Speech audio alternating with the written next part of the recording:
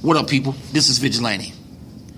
I want to talk about leadership, not in a elaborate way of talking about it, just in a layman's way of talking about leadership and leaders. We hear a lot of things from a lot of activists, a lot of people that say they're for our people. We see them on news stations, speaking at colleges. We see them, on a lot of things, movies, documentaries, and what have you.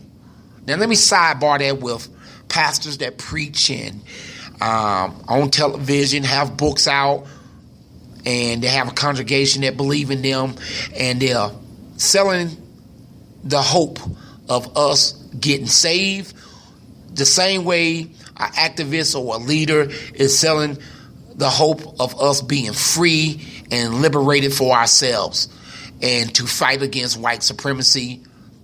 In church, you fight against the devil.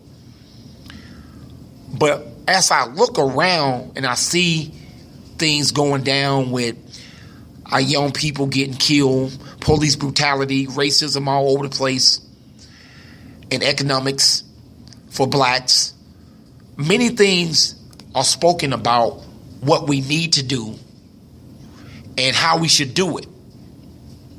Same way a pastor talk about you need to get your life right to serve Christ or whoever you serve. And these are the things that can put you in a better position in life.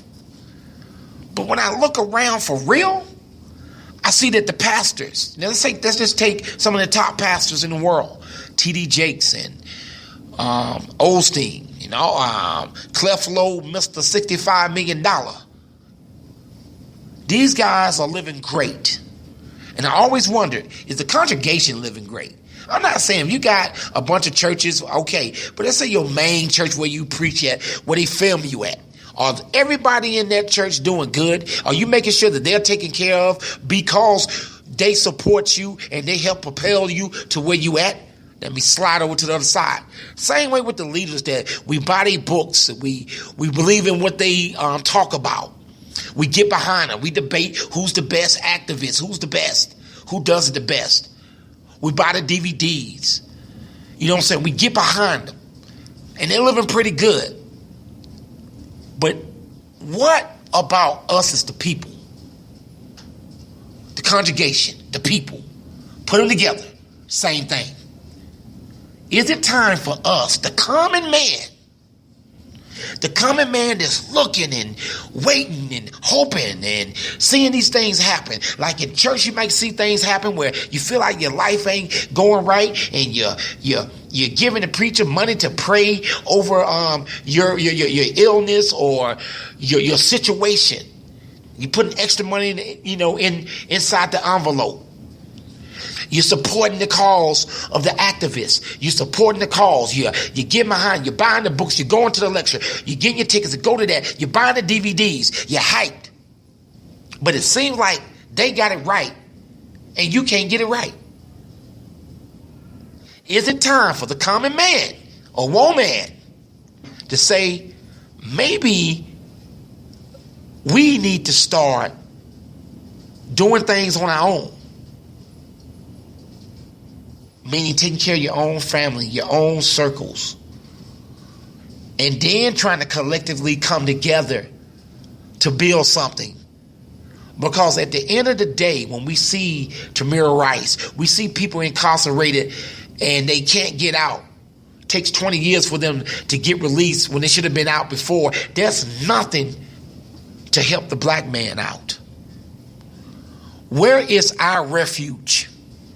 Where is it? We get a lot of people talking about it. Some people try, I'm not knocking it, but where's our power source to make sure things like this don't happen to our people? What can we run to? Can we run back to Africa? Could we really get there? Or would you want to even go there? I don't want to get too far off the subject, but I was just thinking, maybe it's time for you, me, and whoever to say, I've heard enough of this. I've tried this. Let's just collectively take care of our families and our neighbors and our friends, and maybe we can build our own revolution that way. Because the traditional way, to me, is talking loud and doing nothing. Let me know what you think. Just my opinion. Peace. This has been Vigilante. Catch me on Twitter at VIGALANTEE. It's not a knock. It's just a thought. Tell me what you think.